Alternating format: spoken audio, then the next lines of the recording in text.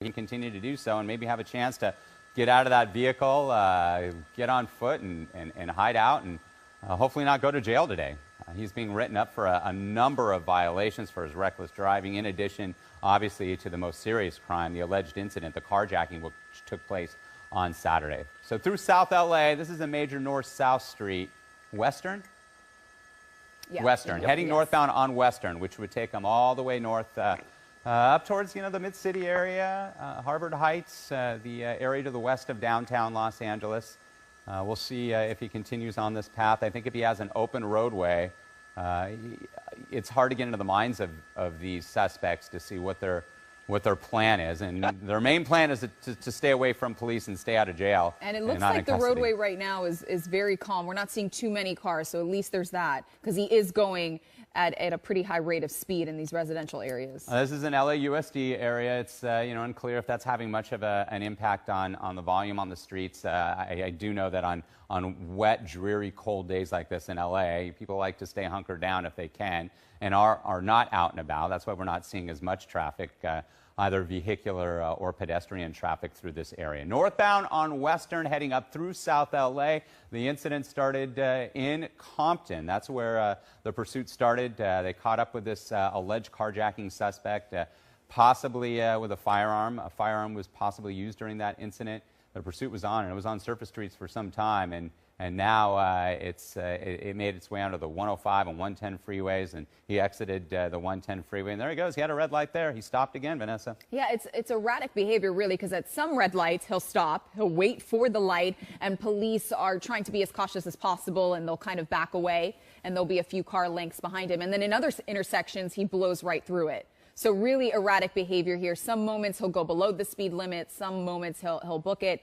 So it's really unclear what his choices are here. Nothing is consistent. What is consistent is that police have been chasing him since about 10:45 this morning, and he has been able to evade them. Yeah, about an hour. And again, we start to think about gas, how much gas is in this vehicle. You think about the public safety as these officers are. CHP joined in once the pursuit went on the 105 freeway westbound and then transitioned to the 110 freeway. He exited the 110, but then got right back on, but in a different direction, southbound. And you can see there is a pedestrian, umbrella in hand, crossing through that intersection there, pulling into an alley now, a tight alley, and we'll see what happens here with this suspect. Again, it's an alleged carjacking suspect. And I wonder if he knows this area, considering he just went into a street that it could be, blocked off, and then he's stuck. Yeah, it's possible, and I know that this part of the basin, as we fly through, we transition. This is part of the Bravo, the LAX Bravo, as we call it, the airspace there. So we're having to shoot it at an angle to a degree, the pursuit here, and we're not seeing much movement right now. So it may have. Are we seeing the cruisers anywhere? There they are. And it looks like something's going on at that intersection right there. Oh, that's the suspect right there, coming southbound there. I believe he did a 180. Now he's heading south. Go back to the wide now. Go to the right, Vince. It appears that he was heading southbound. Right there. Keep going right. Keep going pan right. Pan right, and widen out. There we go. I believe is that him right there. If you push in, maybe not. No, I don't think that's him. Yeah. He went into that street, and then police looped around. If you could see any of those cruisers, Vince. And that's what I mean. Look how tight. Oh, there we go. There we go. All right. Guns are drawn. Oh, wow. He's taking off his clothes. He's taken off. And he's getting strict orders from that. And now he's got his hands up. All right, it looks like. Or is it a female? I can't tell if that's a male or a female. We're hearing that it is a woman. It is a woman. She's her hands walking backwards. She's doing what she's told, and we don't know if there was another individual in the vehicle. If there was just the sole occupant, the driver, but the pursuit stopped, and luckily coming to a safe end. Hopefully nobody else was in that vehicle. As far as we know, we don't. Yeah, there's the vehicle right there, and the doors are both shut. I think it's in the alleyway. Oh, the vehicle's in the alleyway, so that car, that gray car there is. All right. It looks like this is coming finally to an end an hour later. and coming to a peaceful end, thankfully. Yeah, we haven't heard of anybody being injured, but we saw a lot of erratic behavior by that. A lot by of that close suspect. calls, A lot too. of close calls, and hopefully we'll find out that nobody was hurt. But a female suspect being detained, an alleged carjacking suspect. Carjacking took place on Saturday.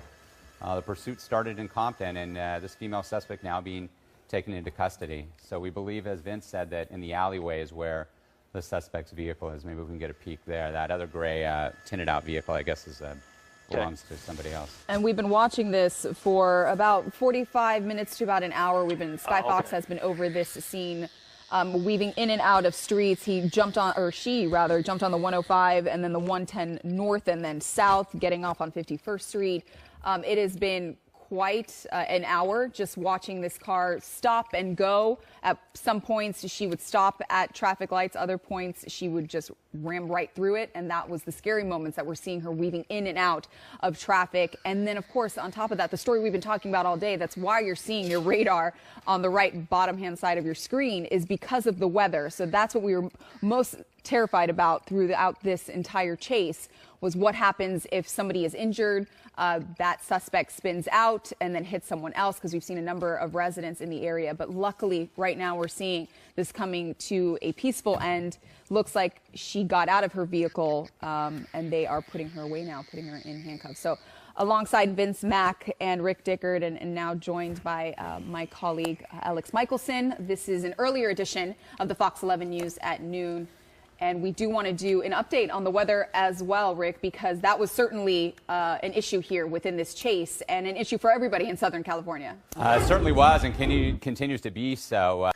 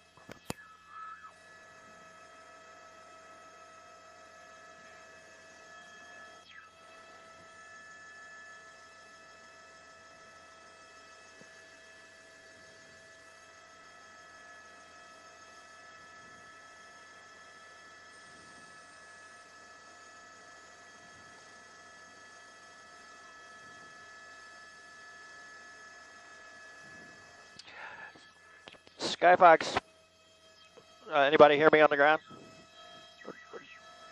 Yeah, the LAX air traffic's kicking us out of here. We're down too low in their airspace. They're making us get out.